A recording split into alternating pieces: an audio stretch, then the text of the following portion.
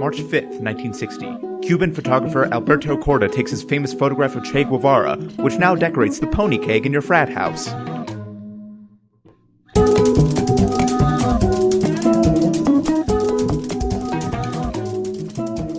Welcome to The Revisionists, the show where three comics try to punch up history. I'm Brian Flynn. I'm Zach Powers. And our guest tonight is a fabulous podcaster and stand-up comic. Please welcome Cody Spyker. Hello, friends. Hello, world. Cody, you host Ice Cream Social? Yes. Podcast? Yeah, co-host. Co-host, yes. Totally. With Jacob Rupp, who is adorable and hilarious. My sweet baby. Oh, sweet baby Rupp. If you haven't seen Jacob Rupp, look at a picture of him, because that's the most accurate description you will see of anyone. He's adorable. He's got style, too. I'm envious. Like, not many people know that about him. Well, I mean, by looking at him. Tightly kept secret. I guess he's got consistent style. That's what I'll say. It's not just like every once in a while I hit it with like an outfit that works or a look. He's like on point. Yeah. It's 6 out of 7 days. I like to think that it is a secret, that he just wears like a thick bear skin over like a really nice suit, tailored, very well he's matched. Like really sharp underneath it all. Yeah. He's got like a 3-day-old hoodie clip. over like seersucker. French or whatever's cuffs fashionable. with nice little cufflinks. He has the nicest lingerie I've ever seen. No expense spared. Well, if you're not familiar with the podcast, let me take a minute to just explain the concept. Every episode, we take a topic from history. One host presents the true story. This week, that is Zach. Yeah. I should remember that. It's my name. Yep. You've known me for over a decade. That's true. The other host presents an alternate history, which is Cody this time. That's me. And the winning story becomes our accepted history going forward. If you listen to our last episode with Jose and McCall, fuck me, Leif Erikson in Vinland, I don't know my own podcast anymore. My life is slipping away You're not from really me. a fan. It's all right. I'm kind of phoning it in at this point. I put it on when I'm cleaning, basically, which is not that often. Yeah. You listen to all the 99% Invisibles, I guess. Yeah. If you listened to our last episode, you might already know this, but Jose McCall's alternate history of Leif Erikson was named the winner. So here's a question: does the real history ever win? A few times. A couple times? 4 times it's won so 3 or far. 4 times. Okay, This is okay. episode The first 14, episode, I 13 think. or 14? Yeah. Okay. So real history has occasionally surprised us. Yeah, where it's just like, you know what? You can't beat that. That's dope as hell. Yeah. Or 25-30% of the time, I'd say. Okay. Or I really just fuck up the alternate history. That's the other thing that happens. Well, that's not going to happen tonight. I got a real doozy for you guys. Oh, okay. Yeah. Well, our topic this episode is the next to last in our coverage of the Vikings. Mm-hmm. Is a figure named Sigrid the Haughty or Sigrid the Proud, depending on... I would make this clear, Haughty, not Hottie. Yeah, All right, we're going to talk about that later. I'm just kidding. I'm just kidding. And of course, Sigrid the Naughty, which is the... Yeah. I forgot about that. Whichever one wasn't Paris Hilton. Yeah, I forget. I think the naughty. Someone who was still... Paris Hilton would not have becomes signed on to Hollywood. that movie if she had to play the naughty. Let's be honest. Oh, I thought you were going to say And Paris... again, that's Nottie, not Naughty. Although I want to see a movie called The Haughty and the Naughty, spelled with the Aughty. Yeah, right. That's what I immediately assumed it was. It's about a prude. It's basically The Odd Couple, I guess. Yeah. Well, Zach, you're doing the actual history, so take it away. Big spoiler alert for this episode. May be a big win for the alternate history because even the real history is kind of the alternate history because some historians think this woman did not exist. Yeah, sketchy at best. Yeah. To quote some historians, she was super sketchy. Yes. Their main source are Viking sagas, which are known for their embellishment. They are not the most accurate things ever put to print. Often written hundreds of years after the actual events. Some people also think she was an amalgamation of several women who lived in the Viking era. And a few people think maybe she was just one real crazy kick-ass lady. Yeah. So That's what I prefer to go with. who Yeah, knows? real loopy broad. It kind of defeats the purpose of our show if we don't go with that last explanation. Yeah, that's sort of why I went with it. I'm committing to it. But if this woman was real, then her story goes as such. her father, she was the daughter of a woman named Skogler Toasty. Love it. They claimed that his name, which they did not translate for me, was given to him for his expertise in battle. I think it might have been given to him for the number of times he went to Warped Tour. I'm not entirely sure. But in 1992. Skogler. Skogler Toasty. He had a Mighty Mighty Boss Tones patch on his armor. Yeah, Or whoever else appeared at Warped Tour. he was last seen trying to make it to the Big D and the Kids Table show. He disappeared before he arrived. This episode dedicated to my high school memories. Yeah. Anyway, she married a figure named Eric the Victorious, who was the first king of Sweden about which anything of any real significance is known. He apparently united some tribes. That's kind of all I know about him, but he was one of the first Viking kings of Sweden. Mm-hmm. And he died at some point. that would make sense. Before Sigrid did. Mm-hmm. The rest of the story will make you wonder what the conditions of that death were, but we could continue on. She also had a son with him named Olav the Swede. Yeah, they really phoned that one in. Yeah, like a Jimmy the Greek kind of situation with that particular dude. A Jabba the Hutt, as it were. Yeah, he'll come into the story a little more later. We know that Olav the Swede was real because some of the stuff that happens later in the story definitely happened and definitely involved him. Mm. She had a few suitors after the death of her husband. Her foster brother, that's not weird, but... I mean, it's weird, but... His name was Harold Grensky. I just imagine meeting that guy today. It's like, hey, I'm Harold Grensky. Yeah. Seemed like a real creep, Harold. He sells, like, tires. Grensky's tires. Grensky's used tires. This is my creepy foster brother. It's a foster home for tires. Why am I not selling? I have the best motto. There's another character in the story named Trigovston, or Trigovison, and it just sounds like... These names all sound like rejected characters from, like, the Fargo TV show to me. So, another one of her suitors was a guy named Visivald of Garden. Is this just a list of funny names? Yeah. I just made these up, actually, on the spot. I played Boggle for 15 minutes. Visivald of Garderick, which Garderick, not known for much, but there you go. Visivald was from there. Yeah. Wait, is he he's the Russian man? Is that right? I had him as Russian. That could be. It sounds correct. Visivald. That sounds Russian. Yeah. It's Russian enough. So these two guys were after her hand, and apparently she was not into the idea of getting remarried because she threw a feast and invited them both, and then afterwards had them publicly burned to death. You do. There were two reasons given from the resources I saw for this. One was to dissuade other suitors. Which it's effective. It's effective. The death penalty has never been an effective deterrent for anything. Yeah. Have you tried it? In this circumstance? I have not tried. Yeah. I have not murdered anyone, so maybe I have been deterred. That's some harsh rejection. I were on Twitter one night, and there was one profile that was like, if you are not into being burned to death, swipe left. I would have definitely swiped left on that one. Yeah. For sure. You just Freudian slipped Tinder for being on Twitter. Oh, yeah. No. The other reason she might have done this was that some sources say she did it because they were, quote, too persistent. Which I guess is old school for creeper. Yeah. Just being a creeper. Yeah, I fucking love that about her. She's the best.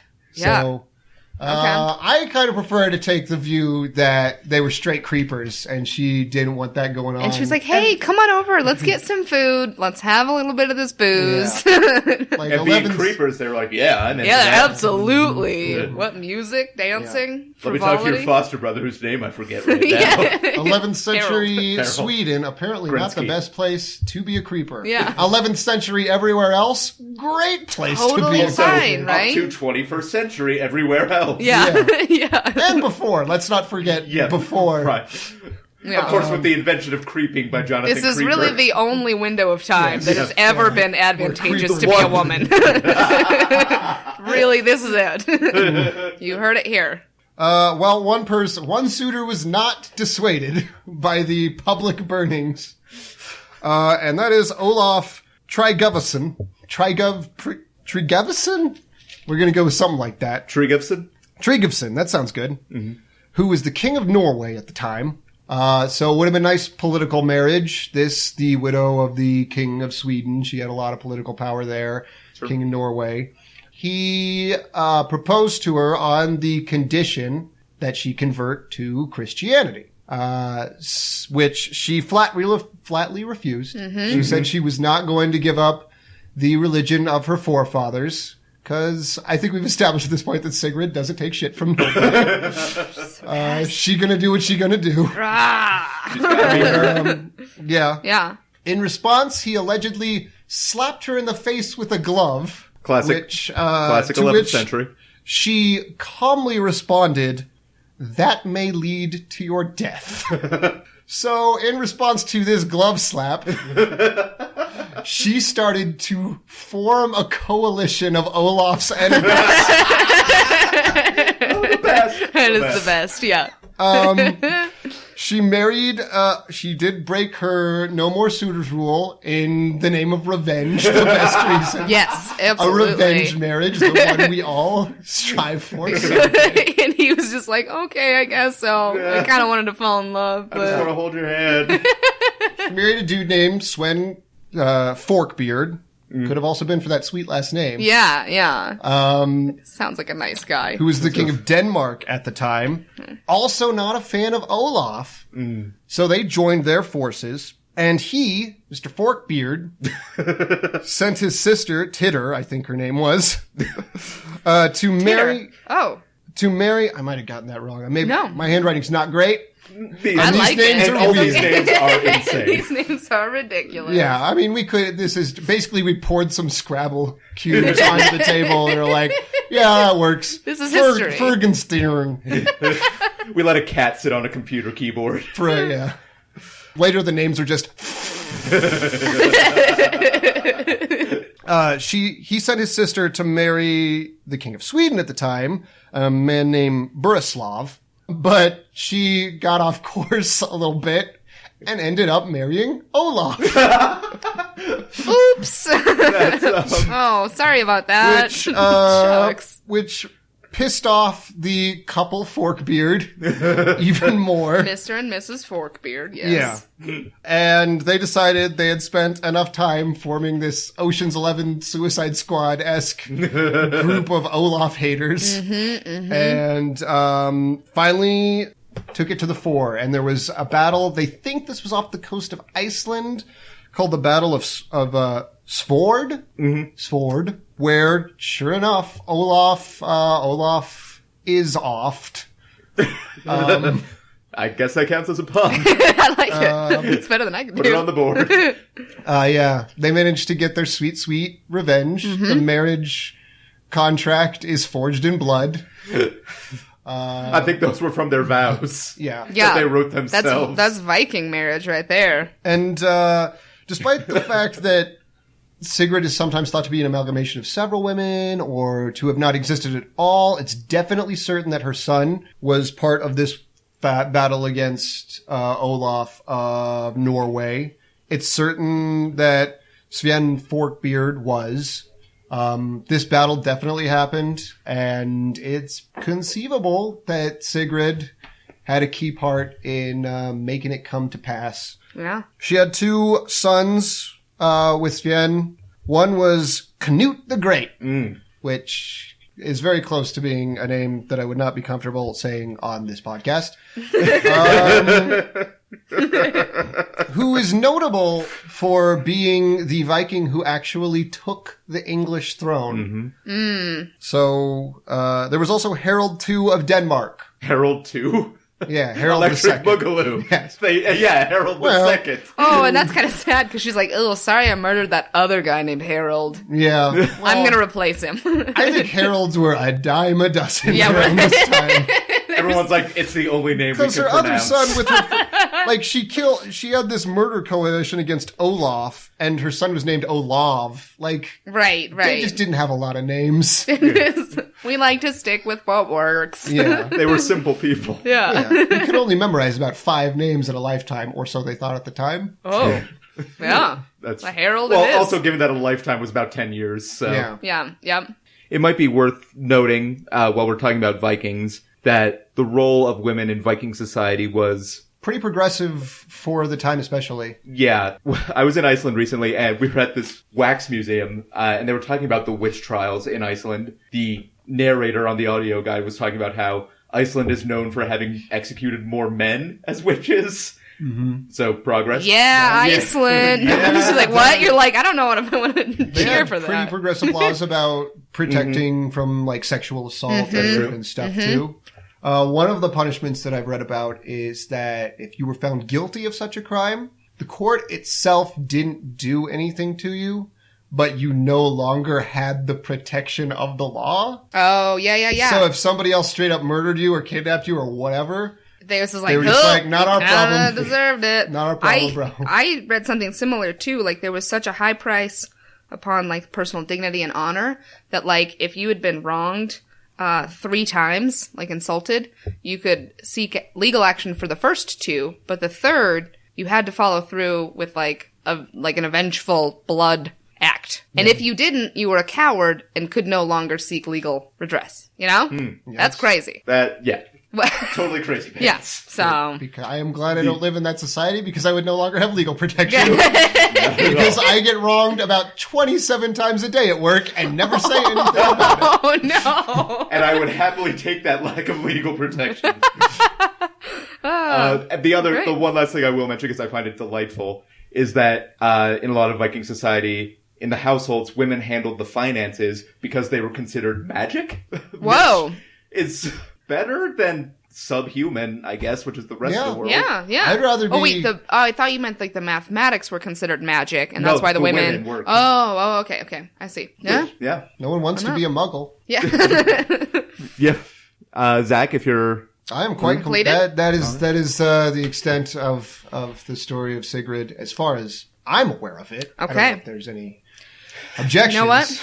Not many, but I'm going to go a little bit deeper, if I may. So this is pretty classified information I'm about to share, but it kind of goes really into the backstory of Who classified the information? women. Okay. Oh, okay. All women. Oh, okay. So I hope no one comes to murder me in the night. So For I hope that's true. for breaking I would hate this. to be responsible for that. This is deep. This is a deep cut. Okay. We're going into it. You all took a sip from the chalice. Yeah. The chalice of Yeah, promises. exactly. The chalice of promises.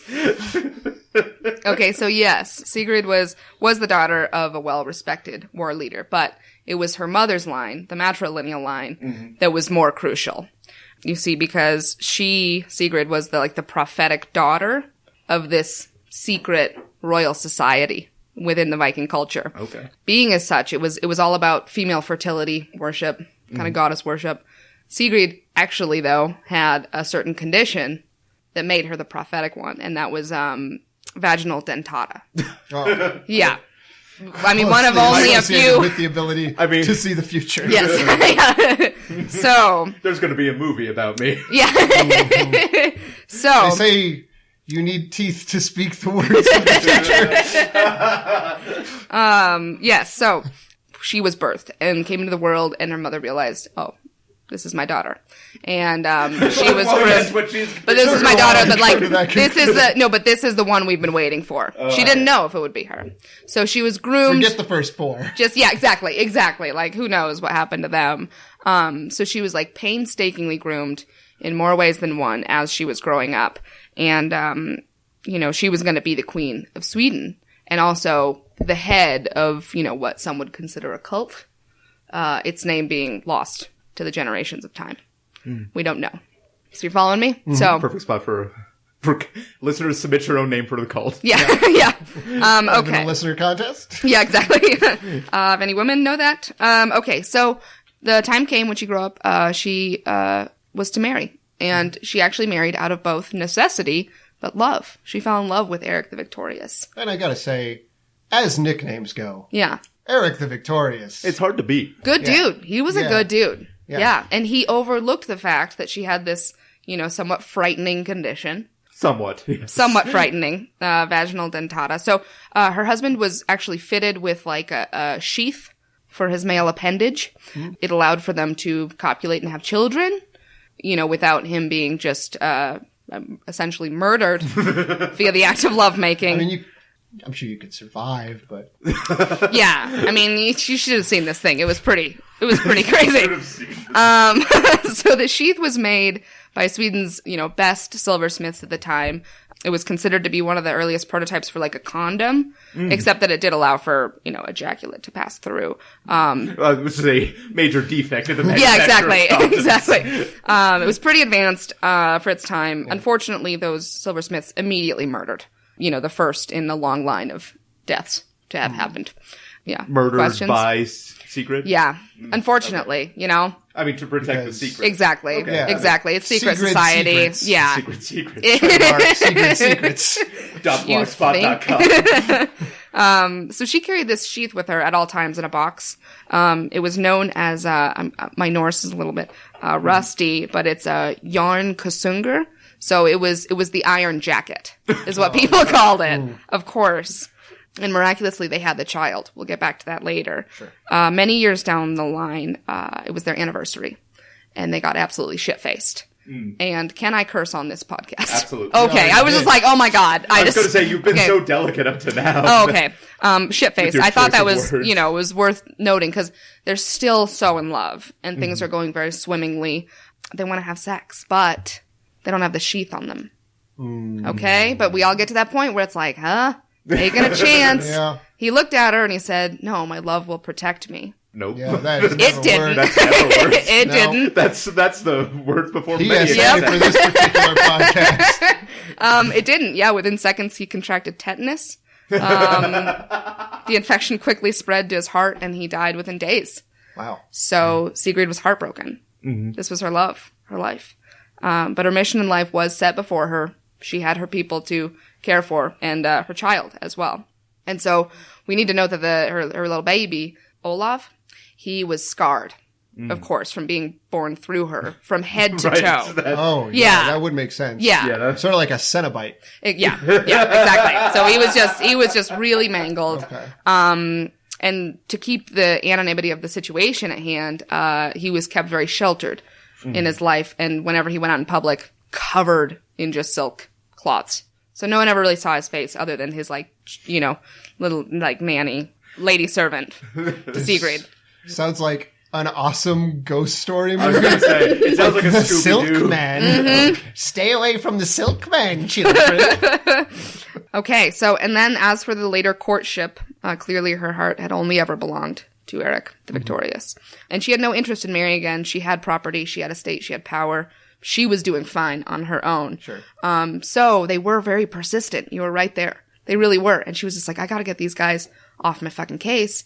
And so it was both cruel and compassionate that she burned them alive. Because the alternative to take them into her bedroom, Oh. Yeah. I mean, they still got burned alive, so I don't know how Yeah, I mean, it is. it's not exactly. but would you, if you had to You have to choose be between cruel the to be two, yeah.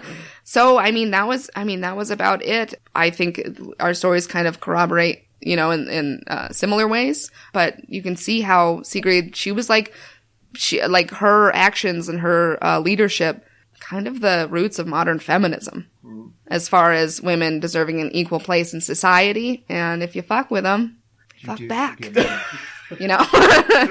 The international symbol of feminism is a man being burned alive. Being burned alive. Oh, well, the other thing I should note, too, is that when they went into that battle, how on the front of a ship, there's usually the woman's shape, she's like the masthead, is that right? Hers was actually just, it was a depiction, of the vagina dentata, but everyone just assumed it was the mouth of a giant sea creature. Oh. So she let them assume that, but that was kind of her war That was her cry. little joke for herself. Exactly. The ladies knew what was up. Exactly. Yeah. They all knew. So. Yeah, all the men on the shore were like, oh, that's a horrifying that is situation. yeah, exactly. Pitching dragon.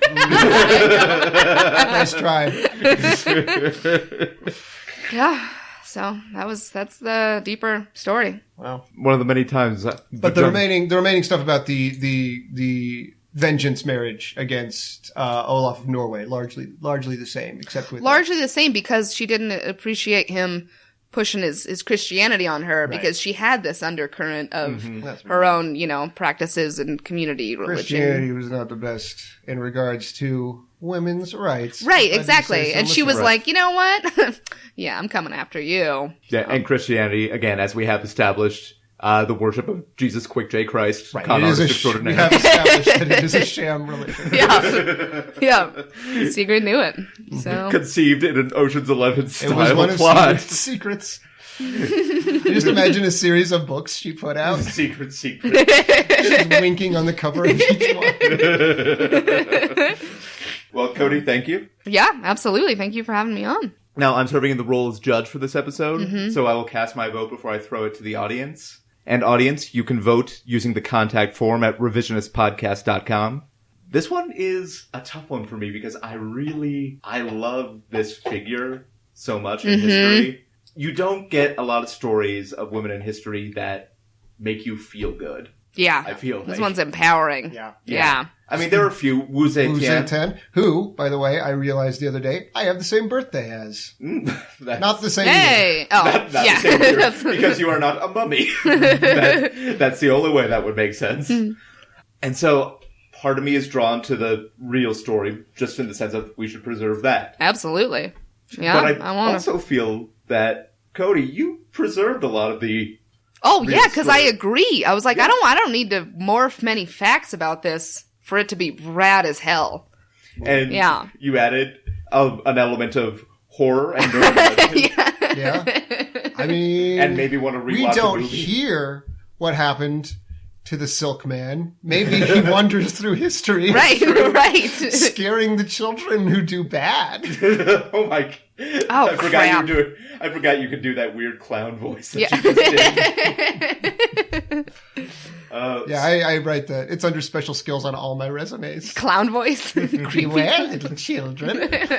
Why am I Don't do unemployed? Scratch. Chains. How would you like your change? Second window, please. So for those reasons, I'm going to cast my vote for the alternate history because it both incorporated new elements and respected the actual original. history. Yep. Yeah.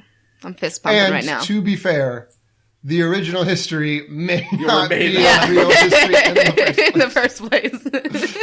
That is true. Sketchy Sigrid. Secret Yeah. the Sketchy. Sigrid's Sketchy Secrets. Oh, no. That's the late night version. Of course, on Cinemax. So, listeners, again, you can cast your vote. While you're at the website, you can also leave us a comment or ask us a question or suggest a topic. Also, if you're on your computer box, I haven't figured out a segue for this one yet. A very helpful thing you could do for this podcast is write a review on iTunes. We've got a few very generous ones in, so thank you to everyone who did that. Yeah. And last week we talked about the Rocket Crocodile Action Squad campaign. For the American Foundation for Suicide Prevention. Yeah. That charity is still active till March 18th. Yes, but we did hit the $10,000 goal. But even so, all donations are still matched. So if you feel inclined to continue to donate, there's a link on our Facebook page. There is, and I'll post it again this week just to keep it fresh. Thanks to our friend Shannon Camp for putting that together. Good stuff, yeah. And Josh Hollis for doing our artwork for free. Yeah. And he is delightful.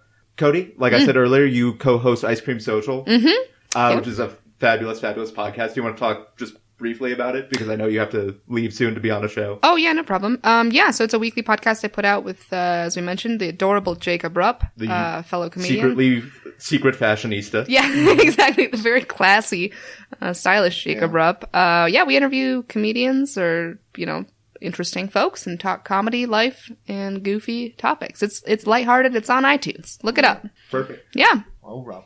He's Revenant on the outside. He's Madman on the inside. Is that your blurb for him? Yeah, it's printed on his back. You'll love that. Oh, my God. Imagine a world where people had blurbs tattooed on their body. Tattooed on I mean, that's basically tattoos. Yeah, but they're not like reviews from other humans who know them No, that's true. That's forcibly just placed on their themselves. Oh, bodies. I'm just imagining a dystopian future right here. I'm going to write a note how about dystopian. this. Yeah, I like it. That's like the most dystopian you can get. Because there's like nuclear war that can Yeah, happen. I mean, you don't think it's dystopian now, but wait till you have 2.5 stars tattooed on your forehead. You can round it up to 3.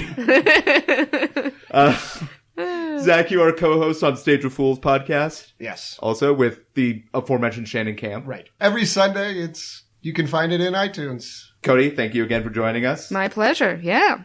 Zach, thank you as always. Yeah, absolutely. For everyone here at The Revisionists, I'm Brian Flynn. I'm Zach Powers. Have a good night.